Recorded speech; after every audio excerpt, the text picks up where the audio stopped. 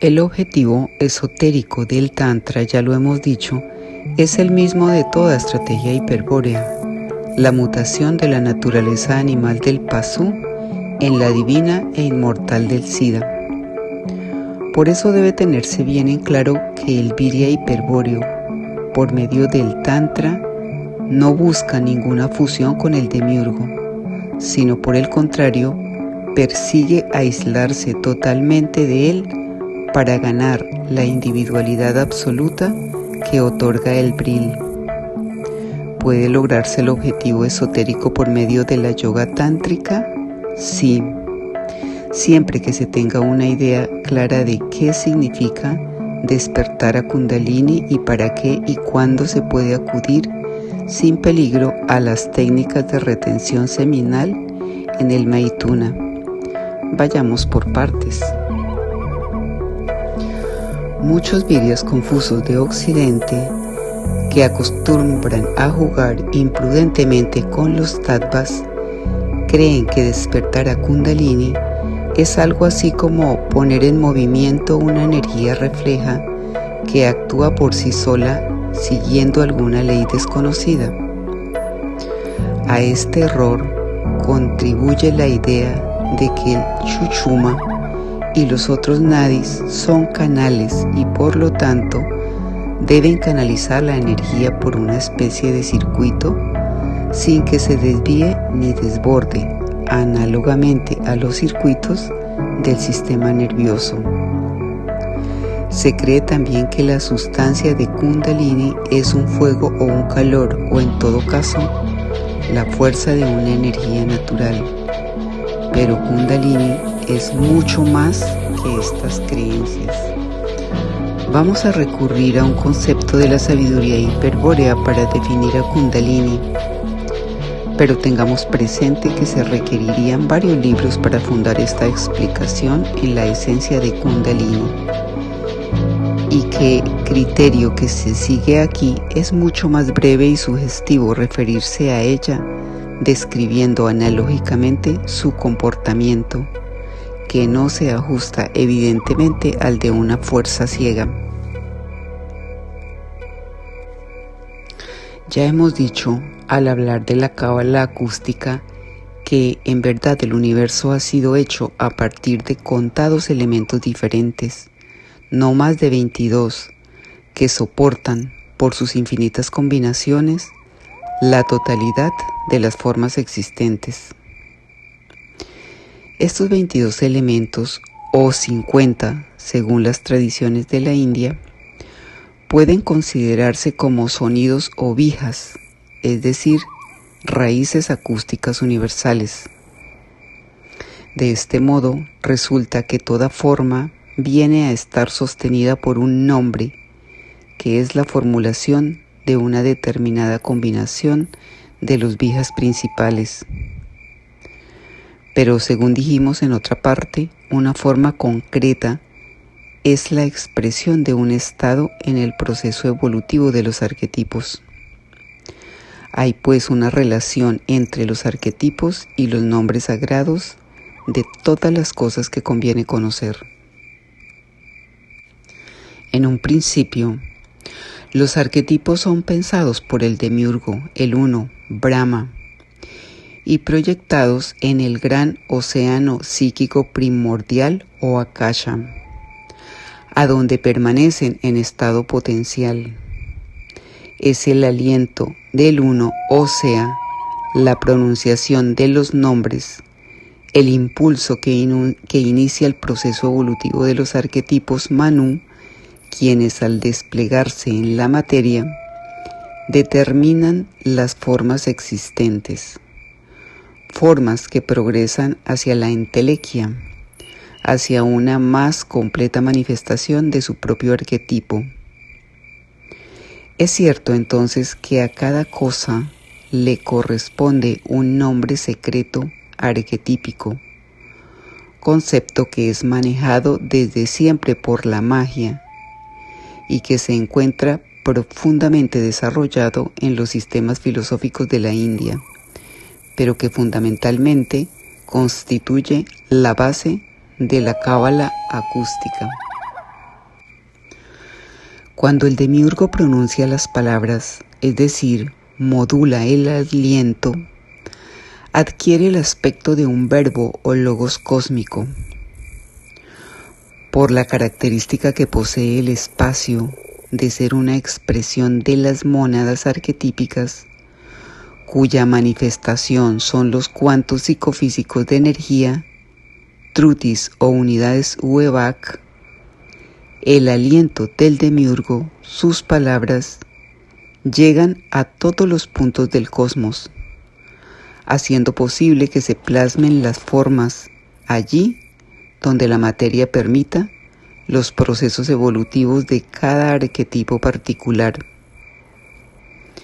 Esta compenetración es evidente en el microcosmos del cuerpo humano, en donde se reflejan todos los procesos del macrocosmos. Especialmente vamos a citar aquella parte del microcosmos que representa el aspecto logos o verbo del demiurgo macrocósmico, Kundalini. Kundalini es en el cuerpo humano el logos creador o plasmador de formas, expresión análoga del logos solar o logos cósmico. Está dormido porque el microcosmos ya fue creado y evoluciona siguiendo el proceso del arquetipo Manu de su raza. Pero el motivo principal de la iniciación de Kundalini es la sincronización rítmica del microcosmos con el macrocosmos del uno. Porque tal sincronización significa que hay simultaneidad de procesos y que la evolución del microcosmos no se apartará del proceso arquetípico. Siendo por naturaleza un logos, el despertar de Kundalini implicará la pronunciación japa de ciertos nombres, mantras.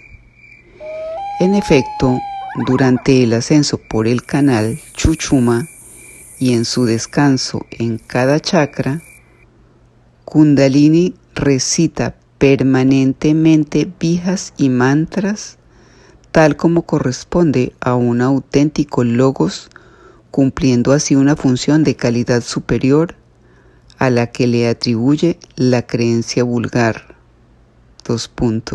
Energía ígnea, fuego serpentino, etc. Pero en todos los casos, fuerza de acción refleja. Este carácter de logos es el responsable de que todas las yogas que proponen el fin exotérico de despertar a Kundalini acaben en la fusión con el demiurgo, en la identificación absoluta del yo con el uno cósmico. Este efecto se debe a la función armonizadora o sincronizadora que Kundalini cumple al repetir los nombres, vijas o mantras de cada parte del cuerpo físico y de los cuerpos sutiles y verificar que reflejen correctamente los procesos cósmicos. Por este comportamiento de Kundalini, los yogis que buscan efectivamente alcanzar los samadhis o éxtasis contemplativos y aún la fusión con el uno, logran resultados asombrosos. Debe ocurrir así desde el momento en que el logos, despierto en el microcosmos, reproduce fielmente a los vijas del aliento cósmico, equilibrando todas las desarmonías y sincronizando todos los ritmos biológicos. Se comprenderá ahora por qué calificábamos de suicida para aquel que busca la individualidad absoluta a la persecución del objetivo exotérico de las yogas, despertar Kundalini, porque aumenta aún más el encadenamiento material del Virya. Ha de quedar perfectamente en claro entonces que Kundalini no debe ser despertada si no se poseen las claves para aprovechar su poder recreador, pues su verbo tanto puede representar la voluntad del uno en el microcosmos para asegurar la evolución, como la voluntad propia para producir la mutación. La sabiduría hiperbórea asegura que Kundalini tiene la misión secreta, entre otras, de intervenir inmediatamente si los nexos naturales entre el microcosmos y el macrocosmos son alterados desde el microcosmos por prácticas de yoga. En ese caso, Kundalini intentará restablecer los nexos, recreando completamente los cuerpos físico, emocional, mental, etc., del microcosmos para conectarlo o reconectarlo con el demiurgo. Pero si esto no es posible, Kundalini intentará destruir al microcosmos, puesto que ya no cumple con su destino de evolucionar hacia la entelequia del arquetipo Manú. Se comprende pues el peligro a que se expone un Virya hiperbóreo que odia la obra del demiurgo si despierta Kundalini, y ésta le sume en un éxtasis nirvánico. Es posible que de ello derive la locura o alguna seria lesión en el cuerpo físico o sutil. Por eso la sabiduría hiperbórea le dice al Virya que juega con la yoga.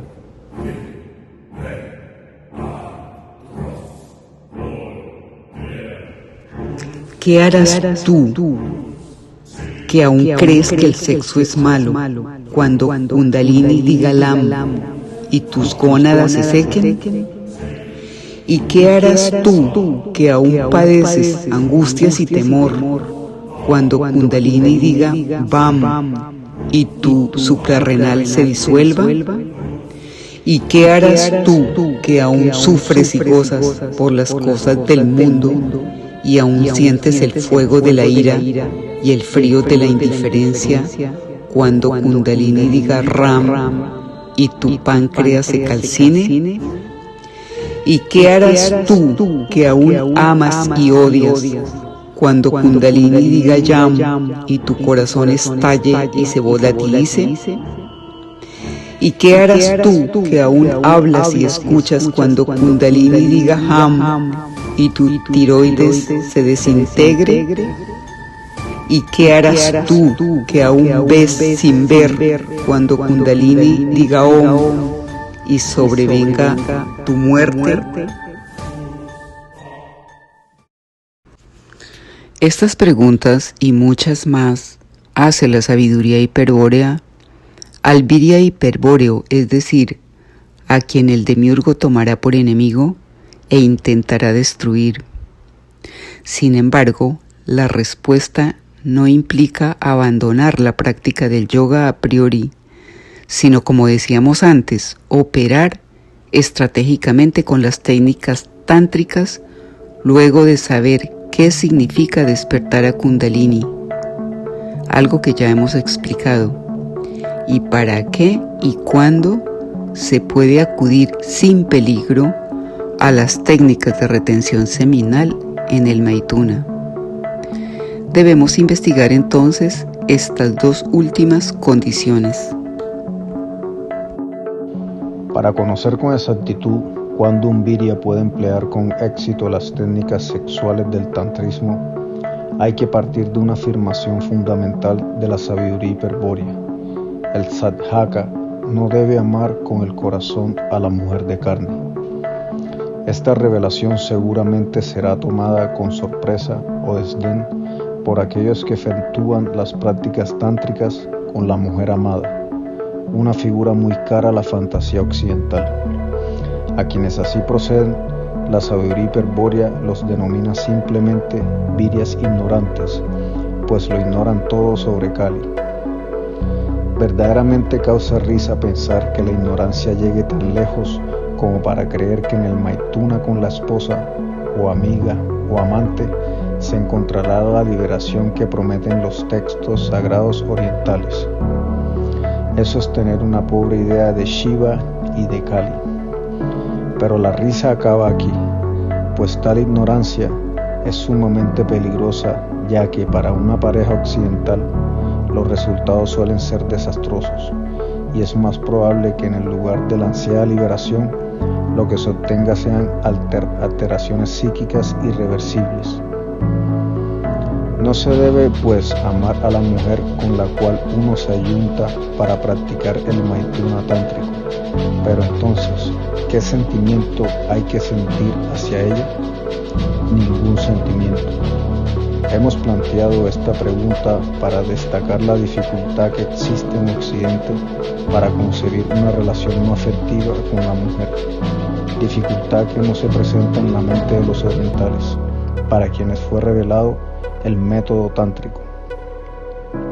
Pero no se trata aquí de una diferenciación racial de origen biológico que se manifiesta en distintas actitudes psicológicas frente al sexo y a la mujer, sino de un carácter adquirido por los occidentales y que registra un momento preciso de aparición histórica, el siglo XIII.